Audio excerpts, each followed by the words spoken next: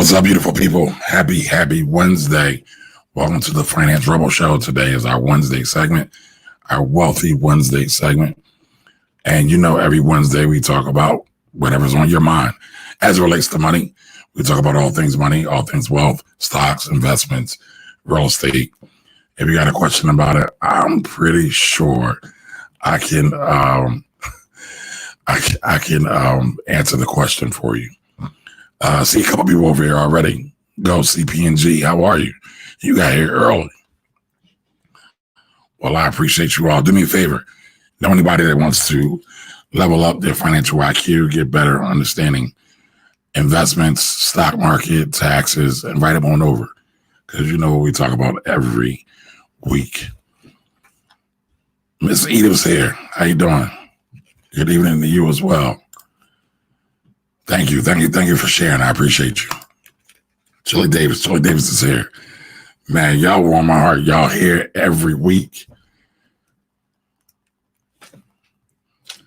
All right. We're starting a new company. So Leon, you're starting a new company. All right, can we talk about that first, please? Just so we can dot the I's and cross the T's, all right? I ain't saying nothing else.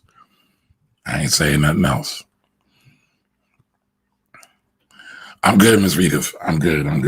I'm drinking, got my water. Been trying to do a better job of hydrating. And I got some tea. So I brought this new teapot. I got inspired by my homegirl on IG, Dilly Roman. She works out all the time. She's always talking about eating good and eating healthy. So she got this clear teapot. And I said, yo, that's dope. And so it's a clear teapot with the infuser. So you can get like ground tea and put in there and just steep tea. So what I've been doing is I've been getting fresh ginger and fresh turmeric, and I've been putting it in there, and I've been steeping it. I'll usually steep it for about an hour or so. And it's kind of cool. Charlie says it's my Friday. I hope not. Okay. So it's your Friday. So you got off till Friday or Saturday. I'm trying to figure out how to say your name. Oda Beatgoon. I hope I'm saying your name right. If I'm not, let me know how to say it properly. But thank you for being here. Thank you for coming. Thank you for tuning in. All right, listen, if anybody has any questions, feel free to jump right on. And I'm going to start talking. Oh, we got a couple more people chiming in. Okay, well, I'm gonna start talking about some things that I've been seeing that I'm interested in. Hey, Miss Cheryl, how you doing? Yep, turmeric and ginger. They say turmeric is good for inflammation.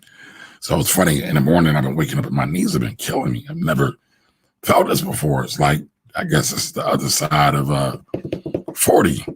Starting to feel these aches and pains. So I got to do something about that. But again, like I said, I wanted to start talking about some things that I found interesting. A lot of people were excited by Urban One. I know we talked about it last week, and it kind of fell off a cliff. Like I kind of told y'all it would. No brag though. No brag.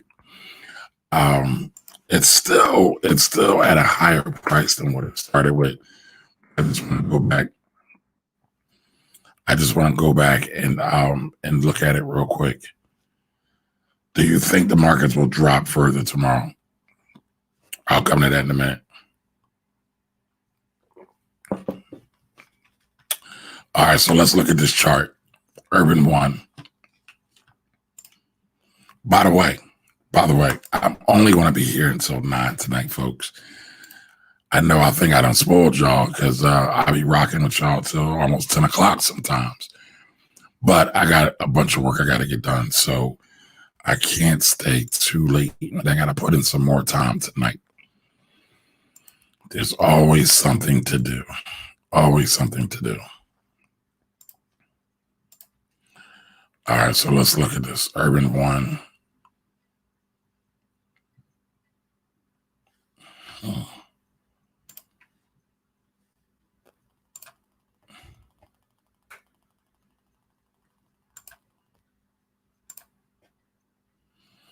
That is not, oh, I see where we're at. I got so many charts up. That's actually kind of cool though. So I got Urban One up. I'm looking at the 1-day chart. But let's back up for a minute. Oh, wrong ticker. That's Bank of America. I was looking at Bank of America today, earlier. So Urban One, everybody was hyped about Urban One last week. They saw it rise. It started really rising last week. I think around last Monday-ish.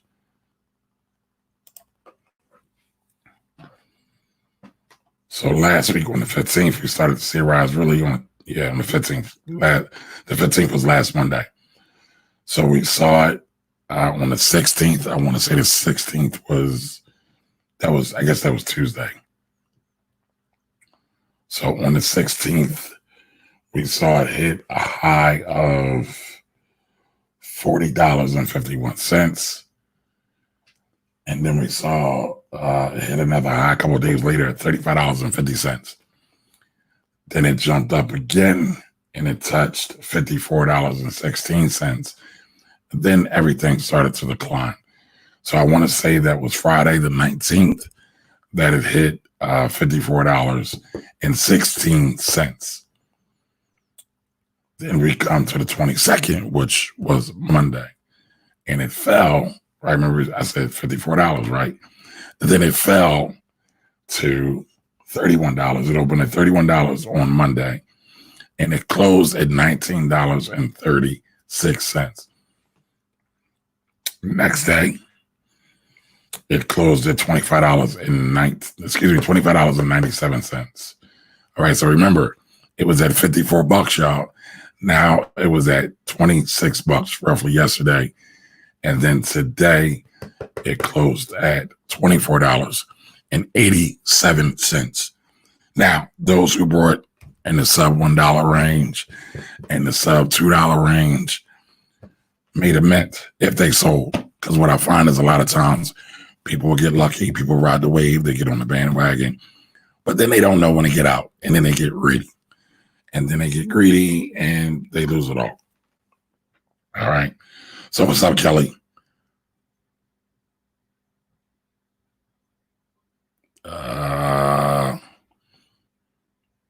Evelyn, Tracy's Biz, Tisha Renee, Tay Digital. How's everybody today? Welcome. Thank you for joining. All right. So listen, what goes up comes down. Gravity does not just apply to air on Earth. It also applies to money. All right. So again, what goes up must come down. Nothing changed about the company. I had a buddy of mine. We were talking about this over the weekend with my fellas. For Father's Day weekend, we went out and golfed, and he asked me, "What do you think?" And I said, "Nothing changed about the company. The company's still the same. The company's losing money. The company hasn't made any incremental change in the business, hasn't increased profits, hasn't acquired any new content." By the way, I'm talking about Urban One, which owns Radio One and TV One, right? So I'm pretty sure you've all seen Roland Martin on there, right? I think most of my audience is Black. Urban One is a Black channel. But what happened was, I believe a lot of people kind of got in their feelings, and they said, what can they do to help out Black businesses, right? Or at least businesses that market towards Black folks, that have Black heads, or Black, facing counterparts, or not counterparts, wrong word, at least Black executives, right? Because once a company becomes public, I guess technically it still can be considered Black owned as long as it's 51%, right, or more in the hands of Black folks. But a lot of times that's not the case. All right, so most of your publicly traded companies are not 51% owned. I have to look at Urban One. Urban One was started by Kathy Hughes. Oh, Tracy, okay. That's all good. So, people were saying, well, where can I put my money? Because y'all know I'm all about buying Black, support Black-owned businesses every day. And I'm assuming a lot of people thought that this is a great way to buy Black, support Black. It is, but not in the most direct fashion. So, you always have to kind of keep that in mind. It's not always in the most direct fashion when it comes to stocks. Hey, Kia, leave Tracy alone. She's fine. She's fine. There's no bullying on my page. So, people got excited. But listen, I think people need to understand where the money is at when we talk about stocks, when we talk about buying stocks in terms of support. Most of the support, or most of the people that got the money, or the company that got the money, the biggest bang happens around the IPO phase, right? Because typically the people that started the company have a larger equity stake. People that invested in the company have a larger equity stake. Once you IPO, right? So IPO, initial public offering. When you transition from that initial public offering, you are now in the secondary market. The majority of shares are not owned by the company. They're owned by the public, right? So since they're owned by the public, you don't know who you're buying from. By the way, when you buy the shares, it doesn't directly impact the company, right? Because what do these companies need? They need increased revenue. They need more assets on the books, in whatever way this company is run, right? Radio One, Urban Run is the revenue comes from advertising. And so anytime you can get more advertising on there, that helps to promote profits. And so anytime, Urban One is able to get more ad placements on their TV One platforms, on their Radio One platforms, that's how they're able to pay their staff. That's how they're able to broadcast the signals across the country. That's how they're able to do the things that they do. And so if you really want to help them out, go buy some ads. Get some Black-owned businesses to buy ads. Matter of fact, not just Black-owned businesses, get everybody to buy ads on there, right? I don't know if any of y'all, it's a whole new week, right? A whole lot more developments. Did anybody see my Dear White People letter that I put out on Medium? It's also a video on YouTube. Well, ironically enough, a lot of those ideas are starting to come out, and I published it first. So I'm saying that they must have read my stuff, right? Matter of fact, let me pull it up. But, one of the things I say in there is that, PWI, predominantly white institutions or predominantly white businesses, can start hiring or engaging Black businesses as their contractors, get them involved in their supply chain. Supply chain just means the people that they use and hire, employ, and contract to get their goods and services out to the marketplace. So, that was one of my suggestions. Another one of my suggestions was for corporations to start giving money to HBCUs. Lo and behold, we see Reed Hastings, like a day later after I put it out, Reed Hastings dropped $120 million on Spelman, Morehouse, and the United Negro College Fund. So I thought that was interesting. I thought that was like super duper interesting, right? So again, some of my ideas, and I guess it's timing, right? Because I can't really take credit for that, right?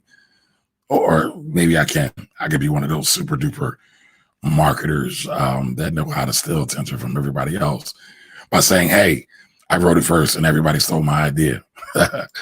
But I'm not like that. And fun, I will though.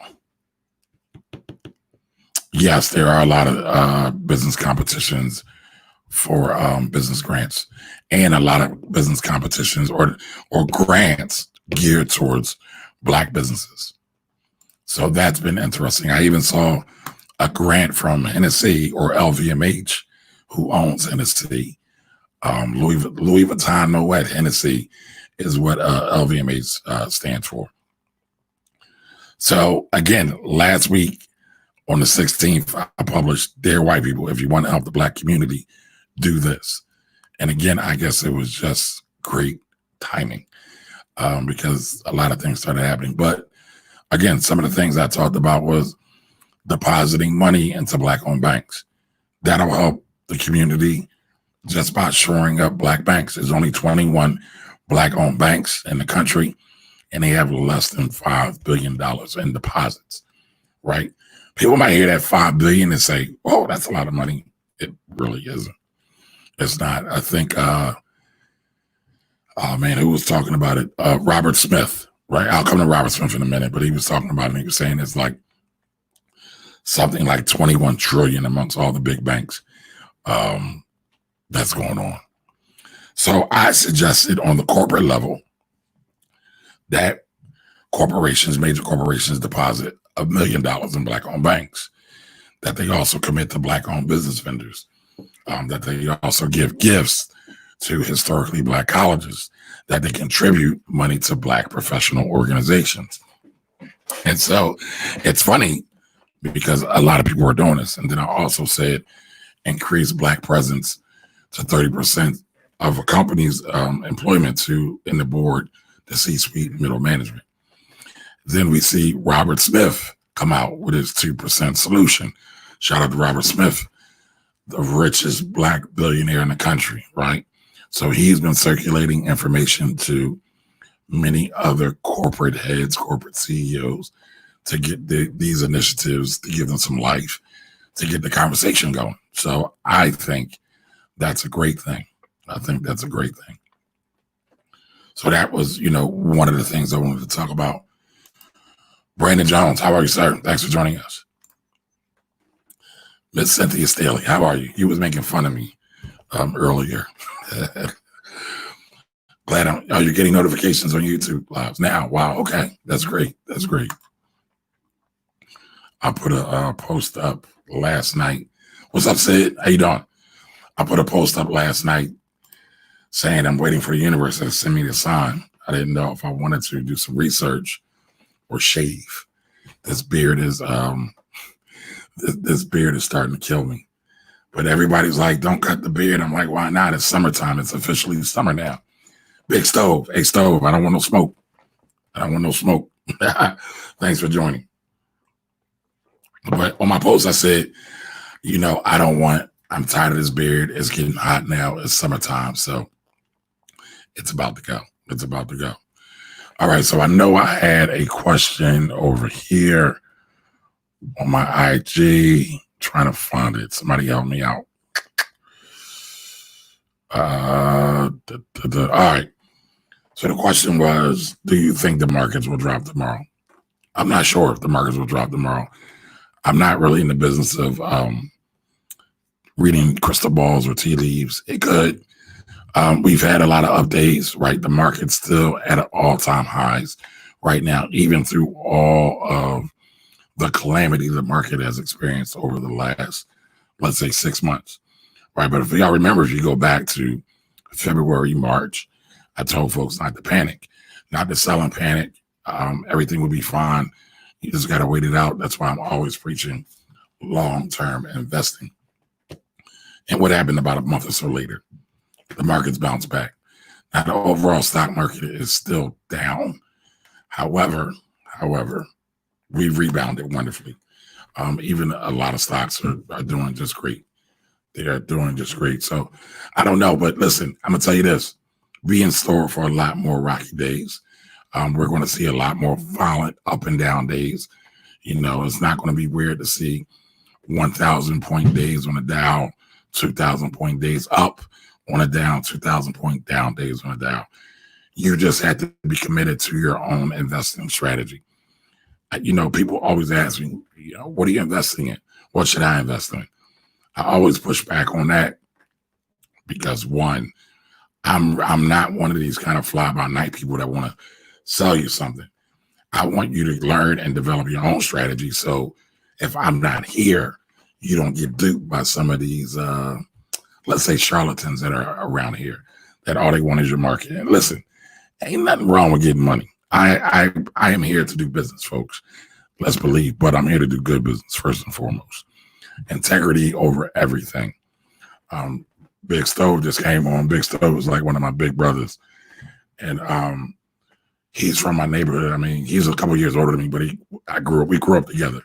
but he's always kind of led by example. And he always showed me that integrity is more important than money or anything else. So I got a bunch of other guys around me like that. So I can't really get too far from that. And believe it or not, y'all might be shocked by this. I'm not really motivated by money like that. I'm fascinated by business. I'm fascinated by the stock market. But if you tell me that someone's going to get hurt because of something that I'm going to do, I'm going to pass. If I like the person, right? If I don't like them, it might be a different story.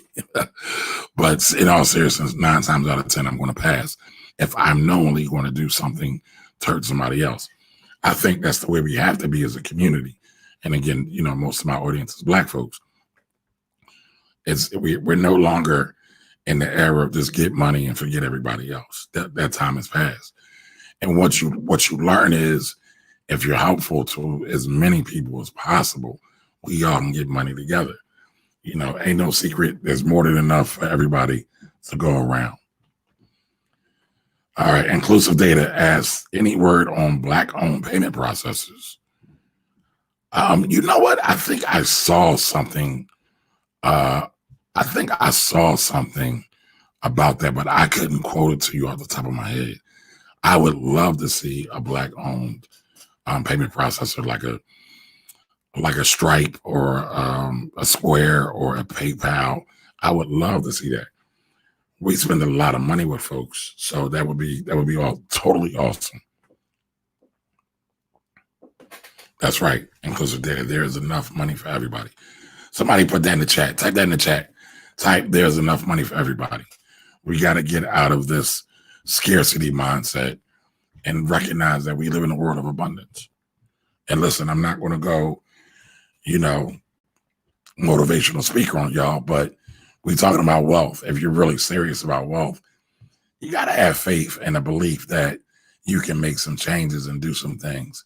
So to a great degree, you got to have a motivational type mindset, but I'm not the motivational guy. So we'll leave that to the other folks. All right. So Bombay Stamper, I hope I'm saying your name right. If I am not, I apologize. As how to select the best bond. So how to select the best bonds if you have $1,000 to invest. Is Treasury bond the best, safest deal? What bond currently gives the highest yield for $1,000? What other fixed instruments do you suggest? All right. So let's talk about the bond market. All right. So the safest bonds are going to be your U.S. bonds. And I'm not talking about the Series E and EE and I bonds that Nana and my mom and Pop used to get everybody for Christmas or their birthday. We're talking about the bigger type bonds here. They are the most safe. They are the most secure. The USA has the best credit rating of just about all countries around the world. So keep that in mind, right? So people buy Treasury bonds because they're very safe and they know they'll get what they call their coupon payment or their interest rates. Hey, let's see you. How you doing? Thanks for joining. I don't think you've ever joined before. But, that's one. And then we have what's called corporate bonds, right? So corporate bonds, and let me back up. What is a bond, right? A bond is just a loan. A bond is a loan to a company or a government. You give them their money and they say, hey, I'll then pay you back 5% or 3% on your money. And usually the money gets paid for every 6 months, sometimes quarterly. There's special situations where these bonds pay out monthly. Like you'll see some REITs that have bonds or repayments that pay out monthly. But the other question was what other type of fixed income instruments we're talking about. So we have government bonds, we have corporate bonds. So corporate bonds, again, are bonds that are issued by corporations, your IBMs, your Apples, your GEs, your Fords, all of them. They want money to, expand their business, do marketing, make payroll, do various investments, maybe even buy other companies. Or it could just be a great time to borrow because interest rates are low, like right now. And so people will say, well, instead of me using my cash, I'll go borrow, right? Corporate finance isn't that much different than personal finance. There's some other things that go on behind it, but it's about the same in theory. In theory, right? You know, your average individual isn't able to go to the bank and get $1 billion. But, you know, if you've got a decent credit score, you can go to the bank and get a decent amount of money. All right, so you got your corporate bonds, right? They are graded just like your credit score. You know, the higher the credit rating or the better the credit rating, the lower interest that they pay on their bonds. The lower their credit rating, the higher the interest rate they pay on their bonds, right? So oftentimes you'll have corporates and then you'll have like different tiers within that. And then it drops to junk bonds, right? And so if you want to think about anything, think about subprime mortgages. They gave mortgages to people that didn't have a credit score, didn't have a pulse. Sometimes they gave them to everybody. Junk bonds are like that kind of, sort of. All right. So that's what you can do with bonds. Going back to your question, Bombay. So those are all the different investment choices you have within bonds. But with $1,000, I wouldn't recommend you try to directly invest into a bond. I would strongly suggest you buy, somebody probably knows what I'm going to say, an ETF, an exchange traded fund.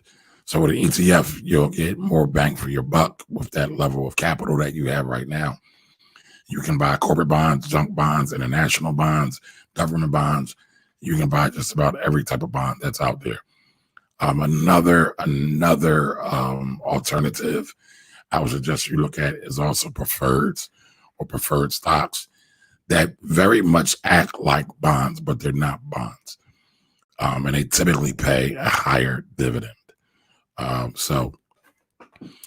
However, ETFs are going to be more volatile than your typical just straight up bonds. I want you to know that off the top. By the way, this is not investment advice. This is investment education. I'm not here to sell anybody anything. Everything that I talk about is for education and entertainment purposes only. Anytime you think about buying an investment or enter into buying an investment, please talk to your investment and or tax advisor. All right. I don't want nobody saying that Kamari recommended something and it didn't work out and I need my money back. I ain't got it for you, buddy. Got to chuck up the deuces. Right. Okay. Inclusive data. I will definitely share whatever I find. Coach Aldi, thanks for joining. Robert Warner, thanks for joining. Right. There's more than enough money for everybody. That's tonight's theme.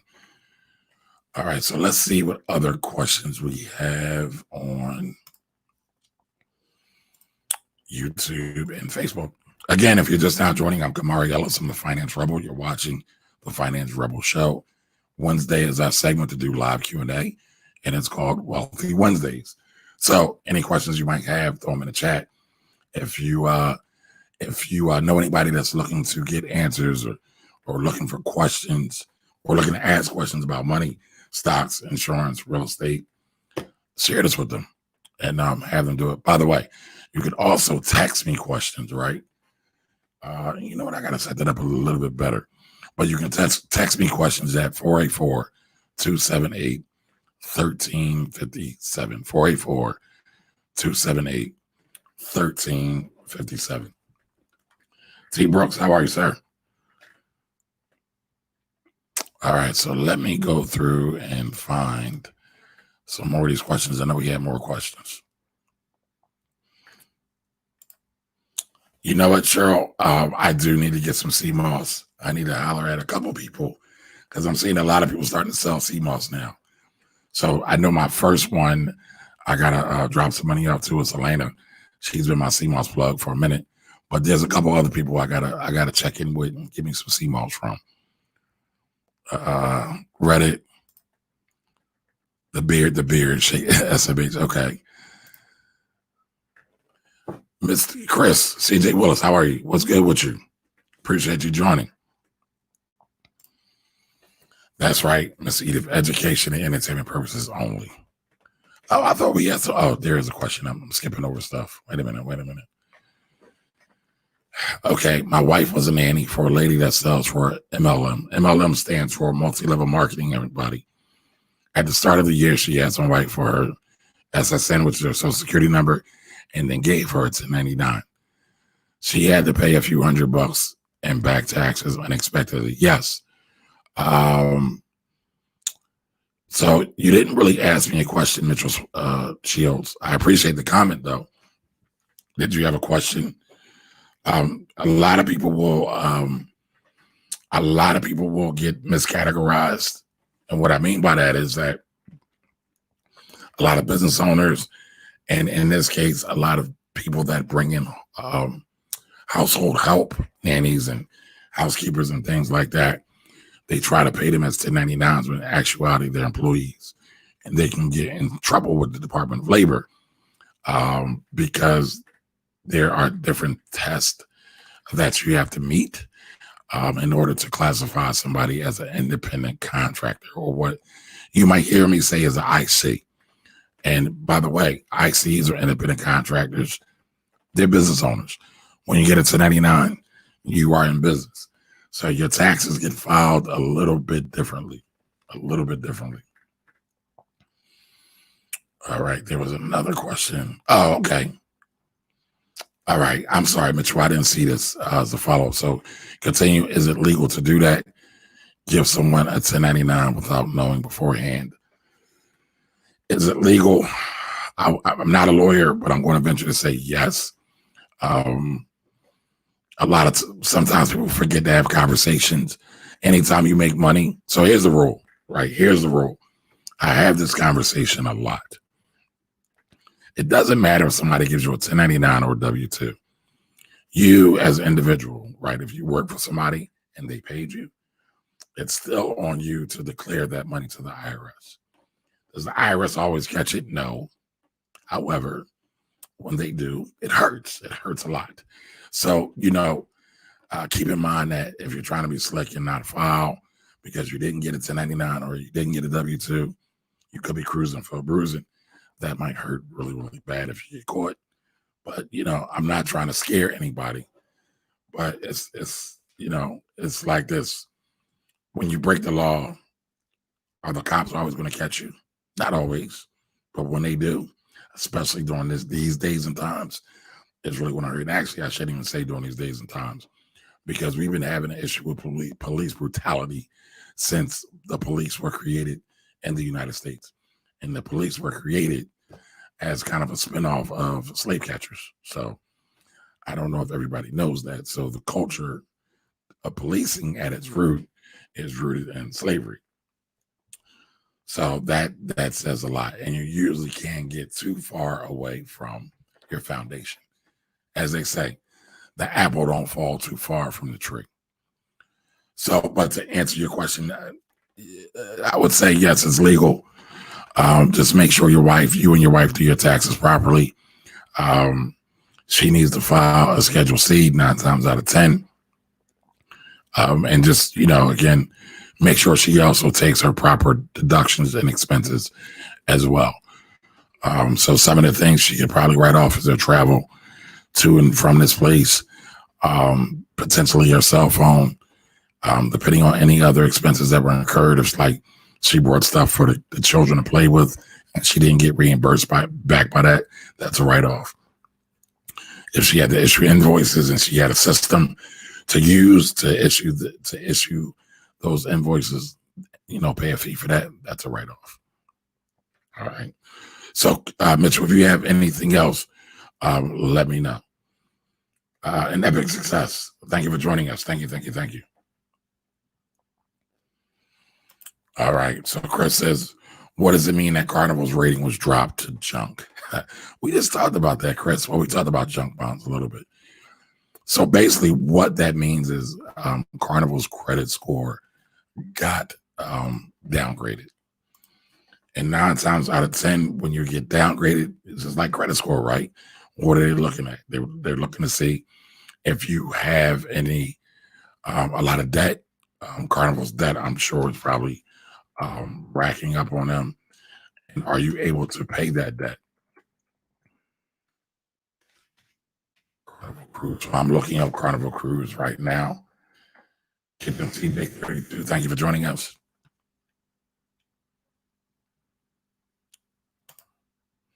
I actually missed this story. You know, everybody keeps asking me about airline stocks, hotel stocks, and cruise stocks. I'm not that excited about them. Even with things like Hertz. If anybody's been following Hertz, Hertz was up almost 60% today. I'm not excited about it. It's a flash in the pan. Okay, so let me put this up on the screen for everybody so we all can follow along and be on the same page. Let's see here. So I just Googled this. Listen, anytime you have a question about anything money, just throw it in Google, right? We all have these phones or these tablets. Don't be afraid of Google. Google is our friend. Google is our friend. All right, so Carnival Corp is the latest cruise line to lose its investment grade. Remember, I just talked about that. So you got investment grade. That is the better quality of a corporate stock, or excuse me, a corporate bond. And now Carnival is being downgraded to junk status.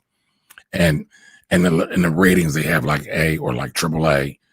And by the way, there's different rating agencies, so the ratings aren't always the same. Again, just like personal credit, where you have Equifax, and there's like two others. I can't think of their names. But they all have different credit rating systems. Same thing for corporations, right? So with many of the corporate credit rating companies, they have like AAA, which is the best. Then you got like AA, AA plus, AA minus, B, double B. Usually anything below double B or triple B gets rated junk. All right, so S&P slash the company's long-term rating by 3 levels to BB minus, from B like triple B minus, right? So the triples, right? You got AAA, and then you got AA, and then you got A. So AAA is the best. AA is in the middle. A is going down. Same thing for your Bs. You got triple B plus, triple B minus. Then you got double B plus, double B minus, so forth and so on. And it goes all the way down to C or either D. We love finance too. How you doing? Thanks for joining. So, you know, you have all those different levels. So cruise lines have been hammered, all of them, from Princess to Carnival to Norwegian, all of them. Nobody wants to travel right now. I don't know if anybody saw this headline today, but Delta Airlines had a COVID outbreak. They had 500 people that works for Delta test positive COVID, and 10 of them died. So Delta looked like it did okay today, but I would expect to see more ripples in the stock price as we go along. So it's saying here Carnival's recovery will be much slower in 2021 due to the fact the cruise line plans to return to normal operations in phases, right? So meaning that they're probably not going to run cruises at 100% capacity. They'll probably run them at, 50 or 25% capacity, just to keep their workers working, to get the boats going, to keep everything going. But your profitability is nullified or greatly diminished when that's happening. But, you know, you got to do what you kind of got to do. Additionally, the credit rater also expects it will take several months for Carnival to return all its ships to service as the virus deters previous demand, right? They got to do all these cleanings, make sure the virus isn't present. I'm guessing they would be doing that now, but maybe they have more to do. There remains a high level of uncertainty around when and how the company will resume its service and its ultimate recovery path. Analysts Ariel Silverberg and Melissa Long wrote in a report Tuesday. All right. So on Friday, industry group Cruise Lines International Association said it would further suspend voyages from U.S. ports until September 15th. So there we have it. They're not making any money or putting any money to work until September 14th. So that's going to be hard. That's going to be hard.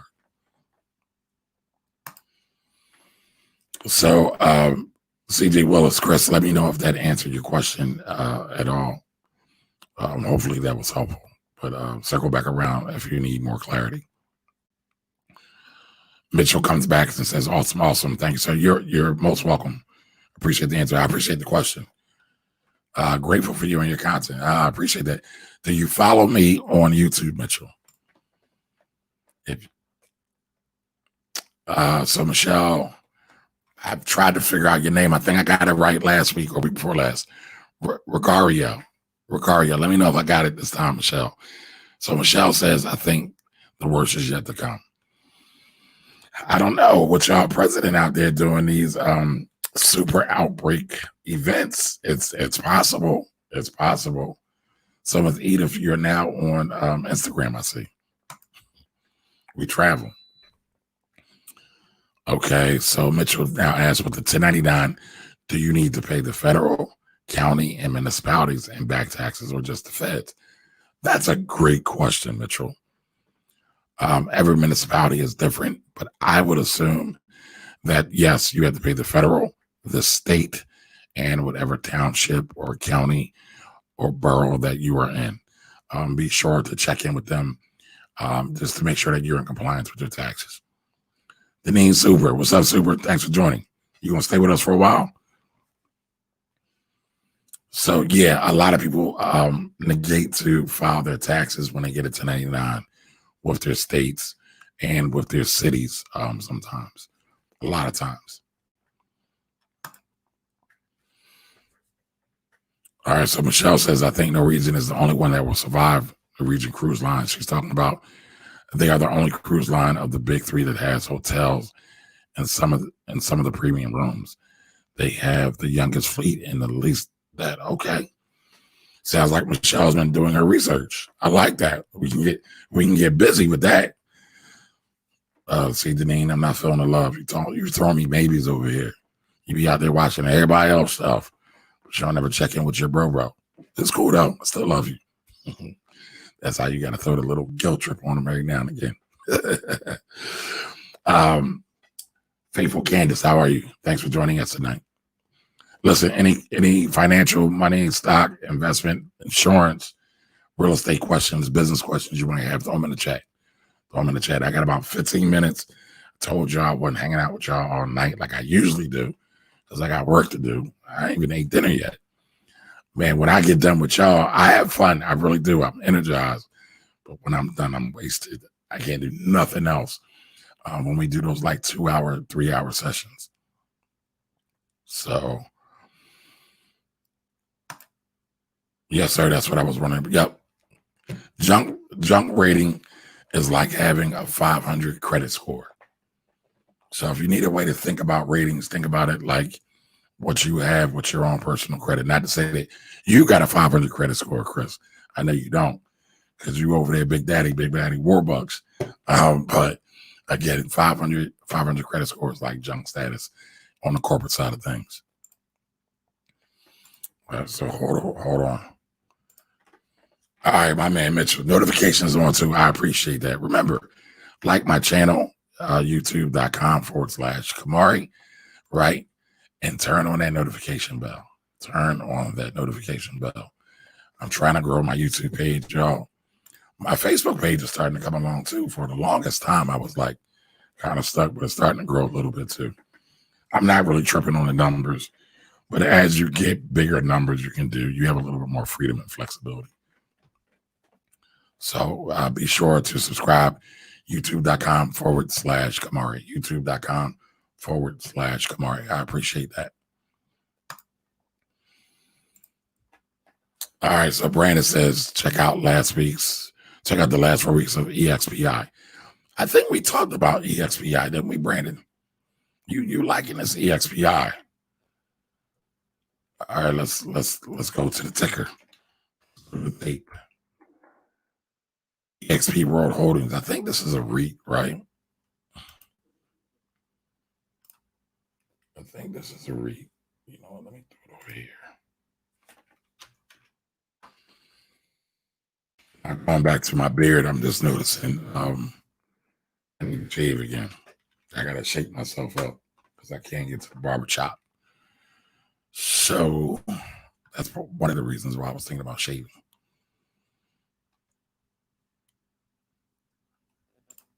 All right, so I'm going to share. Brandon wants to talk about EXPI. Brandon, tell us, why do you like EXPI? Come on, this is an interactive thing.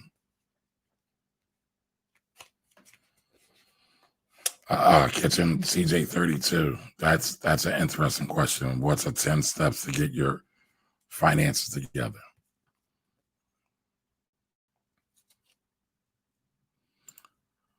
EXPI owns Rebelli. I don't even know what that is. What is that? All right, give me a second. I'm pulling it up now.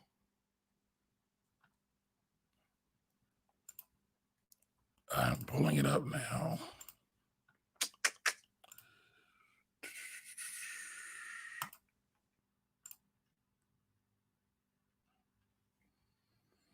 All right, so EXPI, $15.55, financial conglomerate. So it's a big time conglomerate. Y'all know I usually like to go to finance.yahoo.com, put in a ticker symbol, and look up everything. Kitchen CJ32. It's easy, but anytime I'm on the mic or on the camera, I like to be responsible. So I never want to say anything reckless. So give me a minute. Once I get through this question, I'll come right to you. All right, so right now I'm looking at a daily chart. So you want me to look at the last 4 weeks. So I'm going to go to a weekly chart. So with the daily chart, each one of the bars represents a day's worth of data. Now each one of the bars, since I'm looking at a weekly chart, represents a week's worth of data. So yeah, it looks like it's on the run. It looks like it's on the run. So back with week ending March 26th, closed the week out at $10.69. By the way, we're looking at ticker symbol EXPI for anybody that didn't catch it. EXPI. I know my IG people don't get the luxury to see the screen. Hopefully one day we'll be able to figure that out. Matter of fact, I mean, maybe what I'll do is I'll just turn the screen, the camera to face the screen. IG, y'all let me know if y'all want me to do that. Then you can look at the screen. You won't see me, but you'll see me through the screen that I'm broadcasting on as well. I always kind of feel weird about that. But, let me know. I don't want y'all to feel neglected. All right, so EXPI, again, 1069 4 weeks ago. Today it's $15. Respectable. Had a 50% increase over the last 4 weeks. Brandon, you own that? Come on, Brandon, you own that? Chris said he wish he was Daddy World. Listen, Chris, I am speaking it into existence. We want to manifest this, baby. Whatever way whatever shape, fashion that you want. So EXPI owns Rebella. I don't know what Rebella is. Cynthia says your sessions are very much appreciated. I appreciate you for always showing up for me, Cynthia, so I don't have to just sit here and talk to myself. I appreciate that. That would be kind of boring.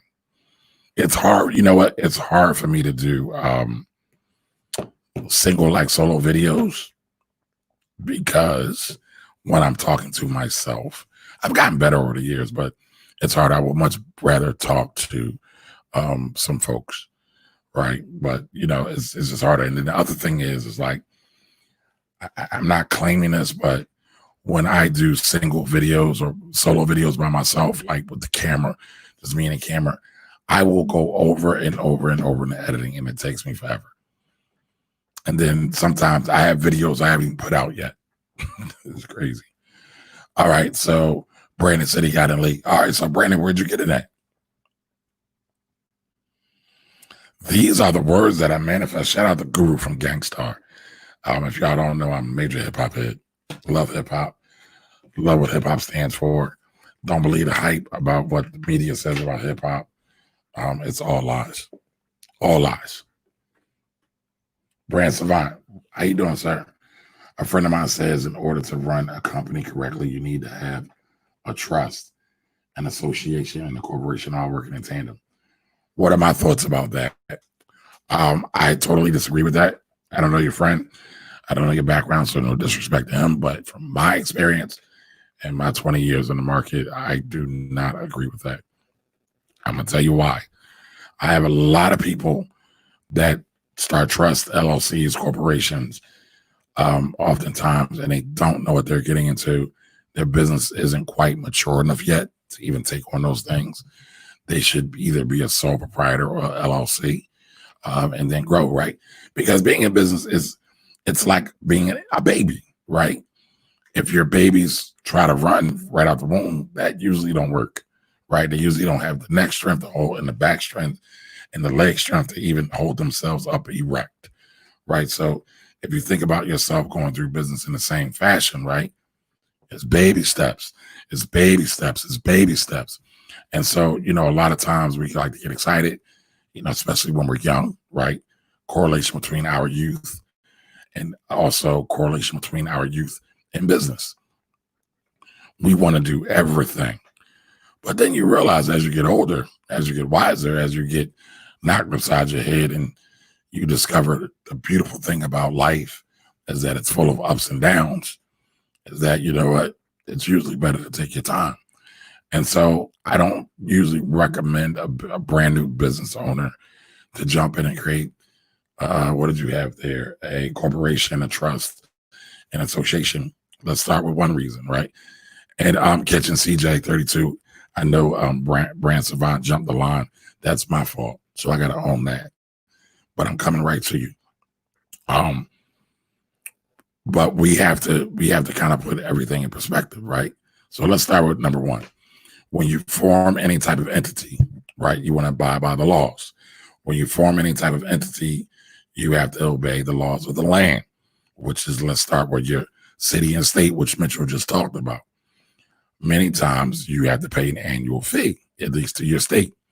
When you have an LLC, I'm just starting with LLC because I know this off the top of my head, there is an $800 annual fee when you are in California and when you are in New York. When you're in Massachusetts, it's $500. So it's $800 in California. It's $800 in New York. In places like Kansas, it's like $50, right? So it varies. The reason why I know Kansas is because I have a client there. So it varies. So if you're brand new, you got a business, you created these entities, and you have no revenue, forget that. You have no profit, then you're going into your pocket and you got to pay for the stuff. And, let's say that you don't really have it, because I know a lot of people are starting businesses to try to create a better way because they've hit the corporate ceiling, that glass ceiling that you just keep hitting your head up against over and over and over again, and they're not happy. So you're now taking that money and you're putting it towards unnecessary administrative things that you don't necessarily need right away. Again, anybody can be a sole proprietor. By the way, just want to throw this caveat in there. It also depends on the business, right? So let's say, you jump in, you have a couple $1 million contracts. You also might have some assets that need protecting. That's a different scenario, because entity formation is first and foremost about liability and asset protection. Secondly, it's about tax. It's about tax benefits. All right. Because the people who get the best bang for their buck in this country will always be business owners and investors. Always. So that's just my thought on it. Again, I don't have all the context. No, you didn't miss. You didn't miss. All right, listen. Kitchen CJ32, my IG live is signaling me that I have a minute and 45 seconds left. I told you I was only staying till 9, but I want to get your question and any other questions that I might have. So I'm going to end my Instagram live and I'm going to come back to you. So everybody look out and come back. Hey, Tara, how you doing? Come right back. Come right back. So that's the annoying thing, right? All of these platforms have different communities, different people. Some people like Facebook, some people don't like Facebook, some people like YouTube, some people don't like YouTube, some people like Instagram, some people don't like Instagram. So I just try to, fit in the middle and just accommodate everyone, right? Because my goal is to help everybody raise their financial IQ. I'm platform agnostic. I'm working on YouTube now because I think YouTube, as a way to help my business, will have the most bang for the buck going forward. But, all of them are fine with me. All of them are fine with me. So give me 1 second, folks. Listen, if anybody on Facebook or YouTube has any questions, just throw them in the chat. I want to stay on for a few more minutes. I want to answer a few more questions, but I was hungry. I haven't eaten. I'm sitting here drinking my turmeric and my ginger tea, and I'm thinking it's like a T-bone steak, and it's not. So just bear with me 1 second as I set this all back up. Up. I don't know what's going on. There we go. So I want to take this next comment. Oops. Man. Some days I think, though, I might have to leave Instagram alone. And I don't want to. I get a lot of love on Instagram. Matter of fact, I think I have more community on Instagram than any other platform for the most part. And now it's acting up on me. So I want to take this next comment. So Mr. Terry says, love to hear your thoughts on Robert Kiyosaki. I don't think y'all want to hear that. So I want to take this next comment. That was a question. By the way, every Sunday, I do what's called the Black Wealth Project on Sundays, where I have a crew of friends together, the whole Black Wealth team, and we talk about Black wealth issues. And this last Sunday, I was asked about my thoughts about Robert Kiyosaki and his horrible tweets. And I basically said what I felt. I still feel that way. But, the same level of emotion isn't there anymore. But, I let off a couple of 4-letter words. I surprised some people on my team, shocked the heck out of Tracy. But it's all good. It's all good. All right, so CJ, I'm sorry, Kitchen CJ32, you're back. All right, so you asked me top 10 financial questions for, what's it, startup? That's my alarm. I set my alarm to hop off, y'all. I'm putting it on snooze, so I got 10 minutes. So top 10 financial questions. Well, give it to me again, Kitchen CJ32. I don't want to mess it up. Hey, Tara. Hey, Boss Man PG. How y'all doing? Thanks for joining tonight.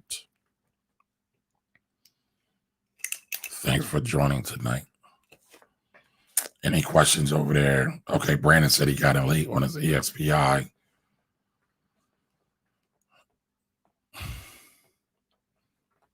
Jack, the first 3.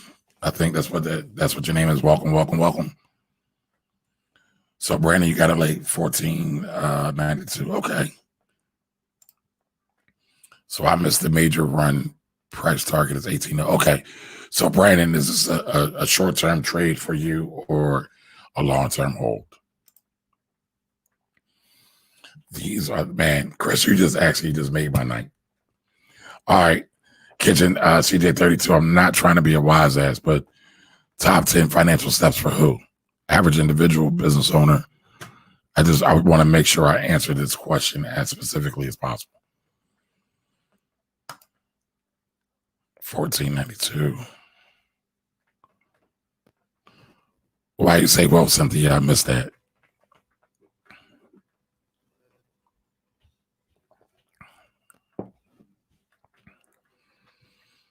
All right. So I'm just waiting for Kitchen CJ32 to put his question back in because I skipped over him and that was my bad. Sharp Anton, how you been? Thank you for welcome. I messed that up. Thank you for joining us, sir. Thank you for joining us. All right, so top 10 financial steps for your regular person. All right, y'all taking notes. Number 1, get financially educated or begin your process of being financially educated. And these won't come in any particular order. Maybe I'll come back and do another video where I put them in order, all right? Second thing, figure out how to increase your income. All right, first one, matter of fact, I'm gonna take notes. So when I say get financially educated, there is a lot of charlatans out here. So listen, anybody that tries to tell you that it's super duper easy and you just take a pill, they're lying to you. All right. Honesty, integrity, to me is more important than actual dollars and cents. All right. So we got the first thing, begin your journey of getting financially educated, right? So everything that I say, I need y'all to go back and double check, right?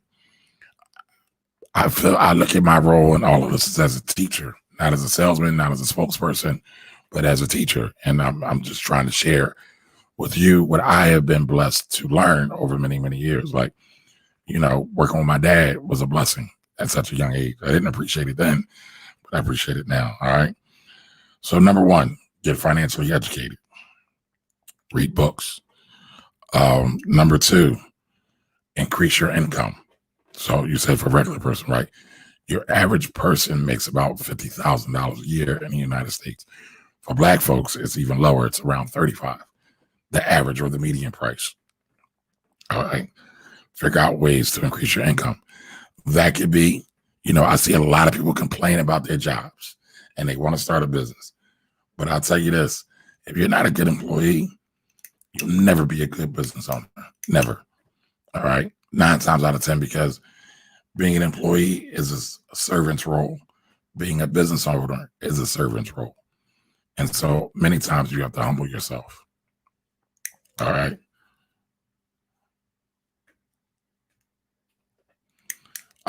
Jack, the first 3, you are 1000% correct. He says finance is no different from medicine or law. It has to be practiced, which means it's forever changing. Most definitely. All right. So 1, financial education.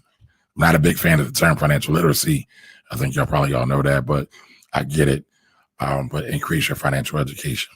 All right. Ask questions, read books, watch YouTube sparingly, but there's a lot of good things out there in the market. One thing I would recommend to anybody looking to increase their financial IQ, it's either iTunes University. I think it's iTunes University has a series of lectures by Robert Shiller. Robert Shiller's a G. Robert Shiller is a guy that's been around forever. He's done a lot of work as it relates to real estate, but I want to say he's a PhD in finance. And he has a free lecture series from Yale via iTunes University. I want to say it's iTunes University. That's a great, hey, Michael, that is a great resource right there. And listen, it might be a little bit intimidating at first. He might use some words that you're not used to at first. Write all those words down and then go and look them up. Then come and ask me about them, right? But, you got to do your due diligence. You got to do your due diligence. All right, so we got the first 2. Number 3, stop spending money on dumb stuff. Because we're talking about the regular person, right? Your regular person is chasing the Joneses. They're trying to be fly. They're trying to be fashionable. They're buying a lot of dumb stuff. They are not conscious consumers. So matter of fact, I'm not going to say stop spending dumb stuff because y'all saw I was about to use a different word. I'm going to say make number 3 be a conscious consumer. A conscious consumer, right? So since most of my people on here are Black, we're going to talk about this because I do believe that every community or every ethnic group or every race has a different top 10 list, or the top 10 list is a little different as it relates to finance. So when it comes to Black folks, I'm going to say this: don't spend money with people that hate you. I repeat, do not spend money with people that hate you. People make that very clear. We see a lot of corporations starting to pander now. That's cool, but let's go back and check their resumes. Let's look at their track record. A lot of banks have done a lot of redlining, current day redlining. All right, y'all talking that talk. You're gonna walk that walk.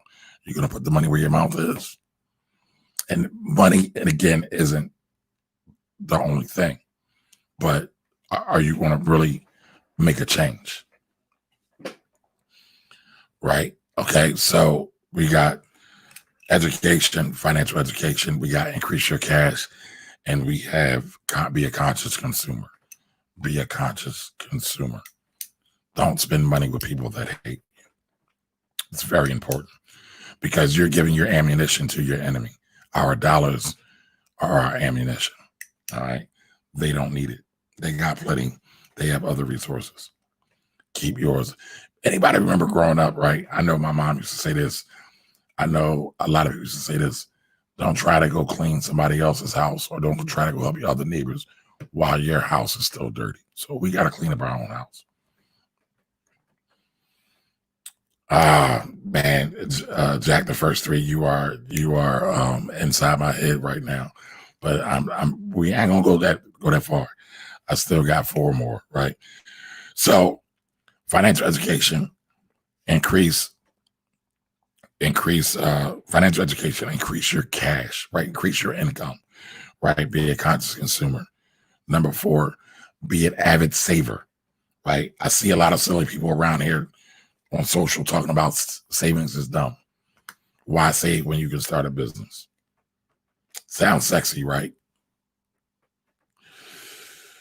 I guess nobody has rainy days, right? I guess nobody has a COVID-19. Now, for y'all that's been rocking with me, y'all always know I talk about savings. And listen, you can get, that's my 10-minute mark. Y'all can get funky with your savings, right? Once you get, you know what? Let me back up.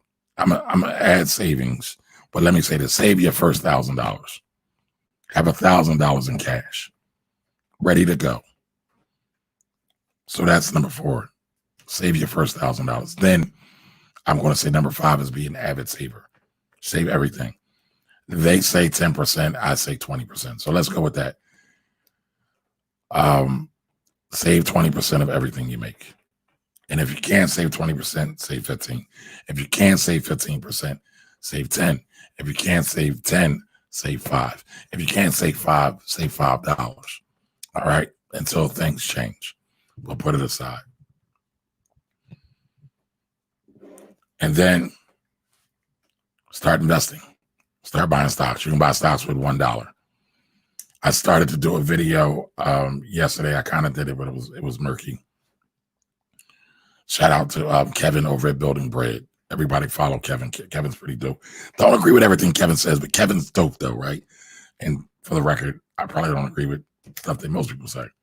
So that's no knock on Kevin. But Kevin put up this post, right? With this other guy called the Investing Tutor. Now, I don't know the Investing Tutor, but I love what the Investing Tutor said. And no penny stocks. I hate penny stocks. Penny stocks are the spawns of the devil. Please, no penny stocks. And again, these are rules. You need to know the rules, and then you can break the rules. But most people don't know the rules. So again, I'm talking to your regular person.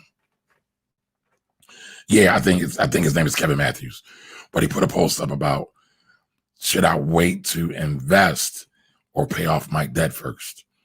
And then so the Investing Tutor came back and said something like, does anybody tell you to wait to pay your electric bill when you have debt? Do they wait to tell you to go grocery shopping? Do they wait to tell you to pay your water bill? Do they wait to tell you to wait to start? Do they tell you to wait to invest after you pay your water bill? Or do they, I'm sorry, I'm messing it up. I'm not doing it any justice. Are they telling you to wait to pay off your debt after you pay off your water bill, right? Or don't pay off your debt? I am really jacking this up. Let me do this real quick. I'm going to pull up, matter of fact, let me pull up Kevin's, Canary Ice, how you doing? Let me pull up Kevin's IG, because I just butchered the hell out of that. And that post was so dope. By the way, I believe in giving everybody their props. Everybody that's due props, I believe in giving it to them. All right, so the question was from the guy's name is the investing tutor, Dr. Hans, right? So Dr. Hans, should I invest if I have debt? No one asked me, should I pay the electric bill if I have debt? Or should I pay my water bill if I have debt? Or should I pay my tithes and offerings if I have debt? Again, or should I pay my tithes and offering if I have debt? Please stop asking if you should invest if you have debt. You're worth it. And basically what that means is you always have to invest in yourself. Always have to invest in yourself. All right? Because if you don't invest in yourself, nobody else is going to invest. Right? And a lot of times people don't even understand the cycle of how people get into debt in the first place. First reason why they get into debt is because they have a consumer's mindset, right? They have a consumer's mindset. And when you have a consumer's mindset, you're clearly not a conscious consumer. And so remember, conscious consumer was number 3. And so if you're not a conscious consumer and you have what I like to call the spender's disease, you're never going to be able to become wealthy. I'm not even going to BS y'all. I'm not going to lie to y'all. You're never going to become wealthy. You're never going to be able to become anything. And that takes discipline, and that's not sexy. You have a lot of gurus out there that are saying don't invest until you pay off your debt. And I get it. They say that because typically when you have debt, the interest rates are ginormous. 10%, 15%. I've seen people with credit card and car notes of 25%, and that's killer. However, melanated out, and how are you? However, right, one of the reasons why people get into debt is 1, because they have a consumer mindset. 2 is because they don't have no cash, right? So if you never get a chance to accumulate cash, how are you going to break that cycle? When they say when you're in a ditch, what's the first thing to do? Stop digging the ditch, right? And so I would say you got to stop digging the ditch and you got to start adding dirt back in. And I'm not trying to suggest that you don't pay off debt. You should pay off debt, but you got to think about it as mindset first. That's why I started with education, with financial education. All these other get rich quick schemes that are saying you're going to get rich, and they're trying to play off of, I don't know, let's say passive income, because that's one I'm really, really uptight about. A lot of my MLM people like to say, you got 7 streams of income. The average rich person has 7 streams of income. And that's what they do when they're rich. But we're talking about a regular person. So when that regular person became rich, he didn't have 7 streams of income. He typically had 1 or 2, right? And then once he built out those 1 or 2 and he optimized them, and he went back in and he retooled, he or she, right? No diss to the sisters. When they went back and they retooled it, they adjust, they built it again. It's hard to do that when you got a million gazillion different things going on. So it takes focus as well. And Kitchen 32, I'm still with you, right? I'm on number 4 and number 5. I forget which one, but I'm here with you. I just tapped into a couple of things, and so I just had to talk about them, right? So, start investing as soon as possible. I believe that's number 5. I believe Miss Edith is paying us. Miss Edith, listen, that's no diss about your tithes, right? I do believe, so Miss Edith says she pays her tithes first. No paid bill before that. Okay, again, I'm not going to fight you and your religion. I will say this though. I believe, this is my belief. There's different ways to tithe. And I won't get into the whole tribe, the different tribes of Judah and all of that, because I've studied it. But there's different ways of tithes. You got talent, you got time, talent, and you got treasure. We only talk about treasure. We never talk about time. We never talk about talent, right? How can you help somebody? Right? Those are all tithes in my humble opinion. Because and again, this is no diss. I'm not trying to get into the religious realm, but I couldn't sit back and tell somebody that was making minimum wage and it had 3 children that they should give money to the church first. I couldn't do it. I would say though, but yo, can you come help us feed the homeless? Can you come help us sweep up?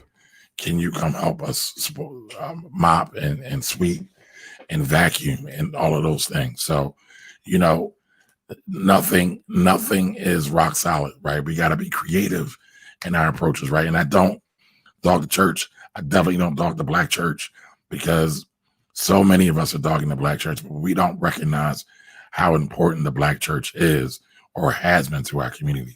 The Black church has been a storehouse for our community. For those folks that were sick and shut in, if you can't tell, I was raised in the church.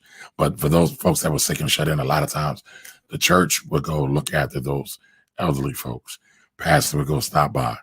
Is the church perfect? No, it's not. But the church has done a lot of work in the Black community over the years. So I don't think we can glaze over that. And I feel like a lot of us we have short-term memories and we don't study history enough. That's the third alarm, y'all. But I'm here and I haven't finished yet. Goals and obligations. Thank you for joining. All right. So y'all said I'm at 6, right? So invest as soon as possible. All right. Taxes. So this should be number 7. Taxes, right? Do your best to minimize your taxes. Taxes are the greatest enemies to wealth. All right. I'm going to repeat that again. Taxes are the greatest enemy of wealth. If you don't have a tax plan, you do not have a wealth strategy. It's really that simple. There's a reason why they always talk about the rich and the wealthy not paying taxes or not paying their fair share in taxes. Why? Matter of fact, I just told y'all, business owners and investors have the best situation when it comes to taxes. Why is that? That's because the government wants people to follow the tax code. The government incentivizes people to invest along or use their money in the same vein as the tax code. Real estate, very prevalent. You ever wonder why everybody talks about real estate so much? This is no diss, but I'm a historian. We talk about real estate so much because we've been programmed to talk about real estate so much. Back in the 1917-ish or 1918-ish, the U.S. government started a program against communism, right? Because the United States didn't want to go the way of becoming communist. And so they started promoting home ownership. So they started. So I'm not going to say that lady's name. Don't use her name. Please don't use her name or my lives. I might get triggered. They give terrible advice. I'm just going to say that. I have a whole group of Black tax people and accountants and EAs, and we talk about that person. Because yes, you can hire your child, but the way in which that is talked about from a hustle standpoint. All right, it's talked about from a hustle standpoint. It shouldn't be a hustle. You don't want to just employ your child just to get a tax write-off. You want to employ your child and you want to do it right because they're actually adding value to your business. And again, it's no big deal. Size Sexy 47, it's no big deal, but there's a lot of people who I had big issues with, right? She's one of them.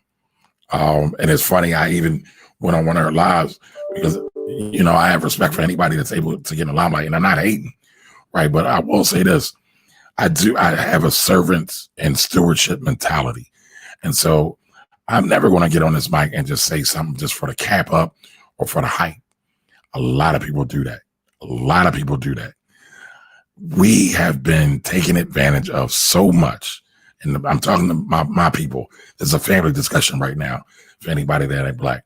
We have been taken advantage of so much over the years by financial institutions, by governmental institutions, that we don't need no more garbage misinformation out there.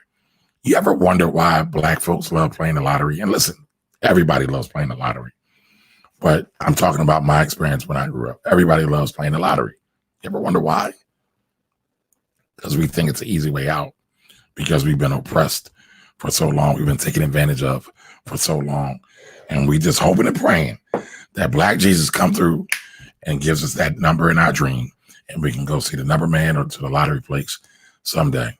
Oh, hey, Miss Carol. I didn't know you were on IG. And so I just feel a kind of way about giving good advice or giving good education. And I think it's really, really important. And again, I'm not into dogging people. Definitely not into dogging people publicly. That's why I won't even mention the name, because it's being recorded. Because again, that's not the energy I'm trying to carry. But I'll say this, I'll be hot around my collar sometimes. They were on the Steve Harvey show and they told the lady that was pregnant that she needs to hire her child. Her unborn child. And listen, there's a lot to home-based businesses. There's a lot of tax breaks to home-based businesses. All I'm saying is do it right. Do it right. All right, so I got sidetracked from my sidetrack, right? Because I was talking about why real estate is so important. It's because government has promoted to be such, because it was an anti-communism campaign and the government subsidizes real estate. So subsequently, and I might be getting a little too deep or a little too nerdy for y'all, just stop me if you want. But the government has promoted that. And that's why we love real estate so much. And that's why the government, the IRS, Congress gives massive tax breaks to people who are real estate investors. That's factual. You can look it up. Again, I can be really, really nerdy. I can be really, really technical. I drive all my close friends and family crazy. That's probably why I talk to y'all so much, because they tired of talking to me, y'all. They don't want to talk to me no more. So, all right. So reduce your taxes, right? Because again, taxes are an absolute enemy of wealth. An absolute enemy of wealth. And listen, we need to be in the wealth creation business. But once we create that wealth, we got to be thinking about ways of keeping that wealth or preserving that wealth. All right. So keep that in mind as well. So you asked for 10. I think I'm on 7 or 8. I would then say pay down debt. All right. Pay down debt. And so pay down debt is one in itself. I think that's self-explanatory. Pay down debt. If you have the notion, start a business, because again, there's great tax breaks. However, I am not in the camp of telling everybody they should be a business owner. Well, so let me pull that back, right? Because I don't want to lie to y'all. I just said the best tax breaks are for those with businesses, right? And so I do believe everybody can have a business, but I guess I'm talking about in the vein of this current social media phenomenon where they kind of trash people for working 9 to 5 jobs. I tell people all the time, use your job to finance your freedom. So if you have a job, we're talking about regular people, use your job to finance your freedom. So again, use it to get education. Use it to start investing. You can start investing small. Use it to start saving and build the nest egg. Start with $1,000 first, and then start investing at least 20% of every dollar you get. So 20 cents of every dollar you get, put to the side. And it's not on the side just to sit there, right, and be idle. It's on the side for days like the COVID era, which we're still in, where we're seeing 40 million people get laid off from their jobs. And a lot of people didn't have a clue about what they're going to do. Luckily, the government came through, because the government knew if you got 40 million people out of work this long and there's no milk, formula, bread, or butter on the table, things are going to start to get funky. Things are going to start to get funky.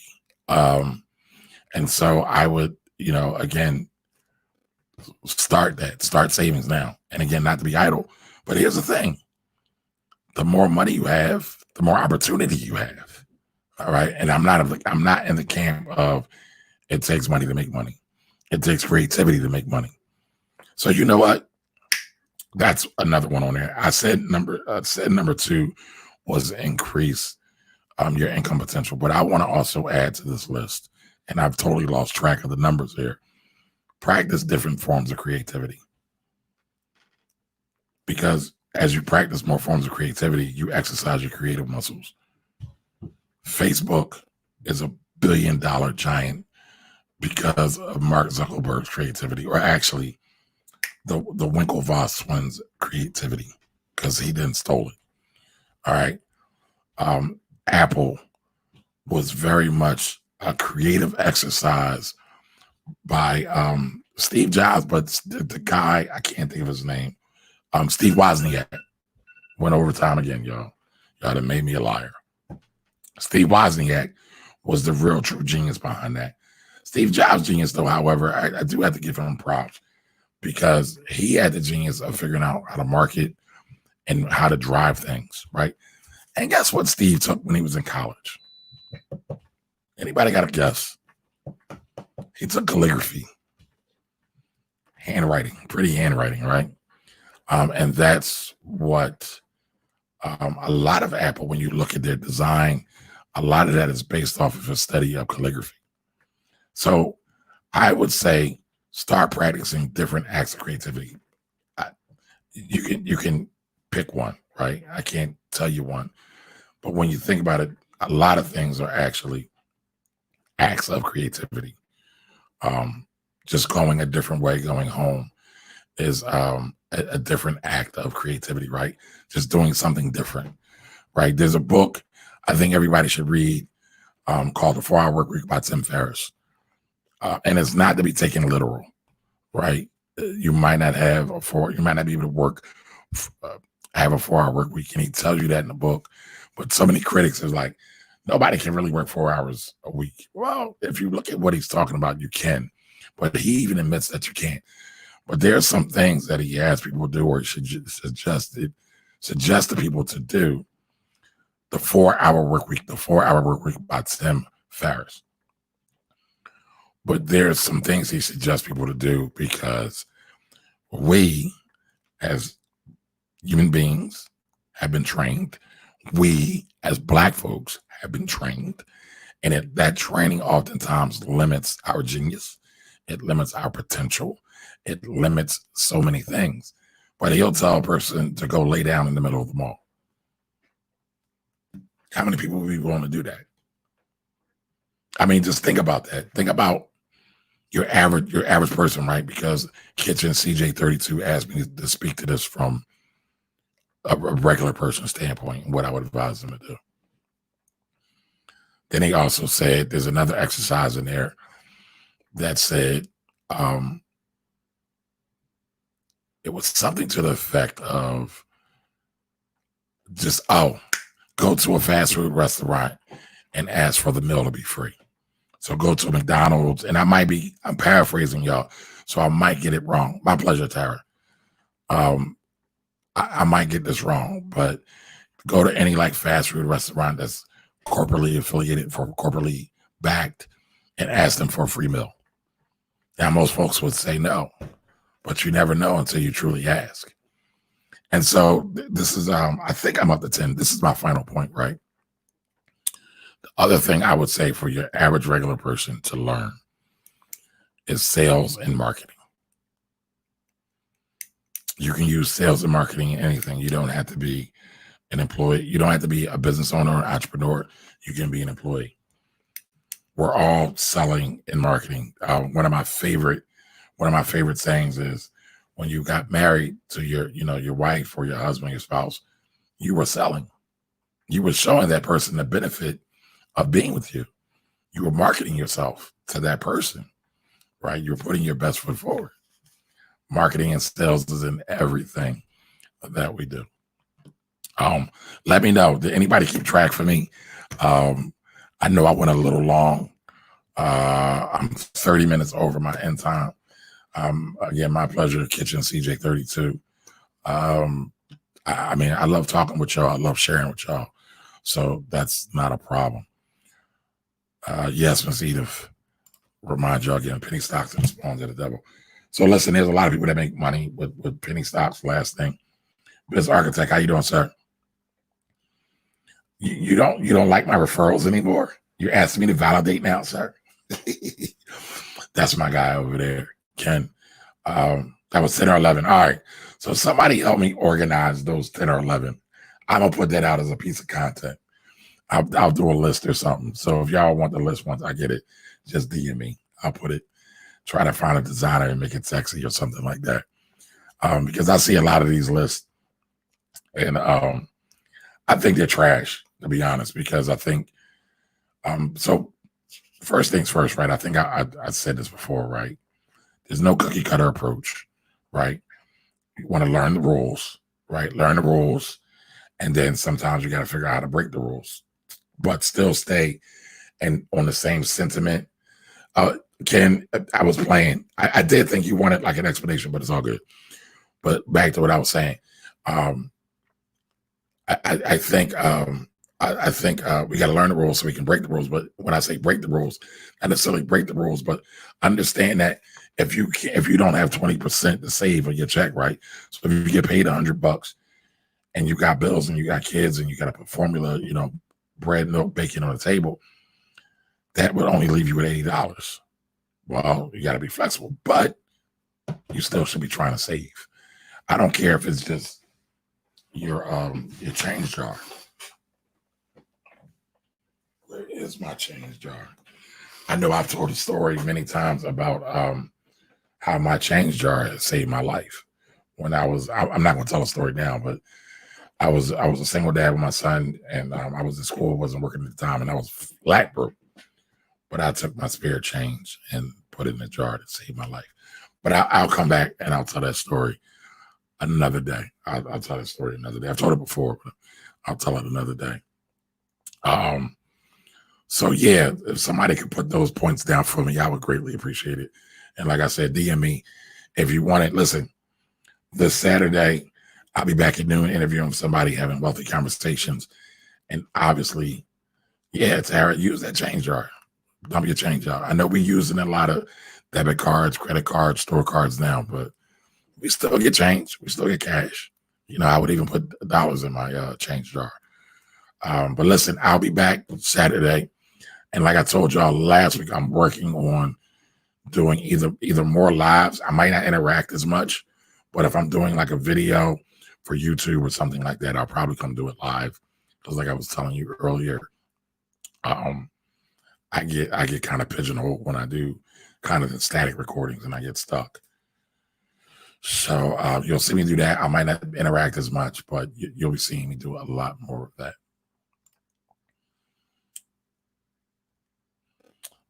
www.NYIF is at the New York Institute of Finance, Michael. NYIF. This is the last thing I want to look this up. Michael's kind of sharp, so I know he ain't giving no garbage, but I still got to do my due diligence. Yes. All right, so let me just show this right here. Thank you, Michael. That was actually a very, very good one. Hold on. Hit the wrong screen.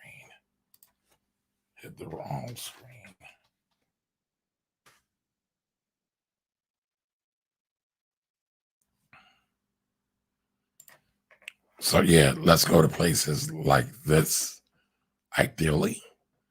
And by the way, there's a lot of good people on YouTube, a lot of good people on IG, a lot of good people on Facebook, right? And for my IG people, just inbox me. Just inbox me if you want to get in touch with me. I try to talk to as many people as possible. If I don't get back to you right away, it's because I'm busy. And sometimes I forget because I'm busy. But yeah, the New York Institute of Finance is a great one. So check that out. They got a blog. Let's check this out.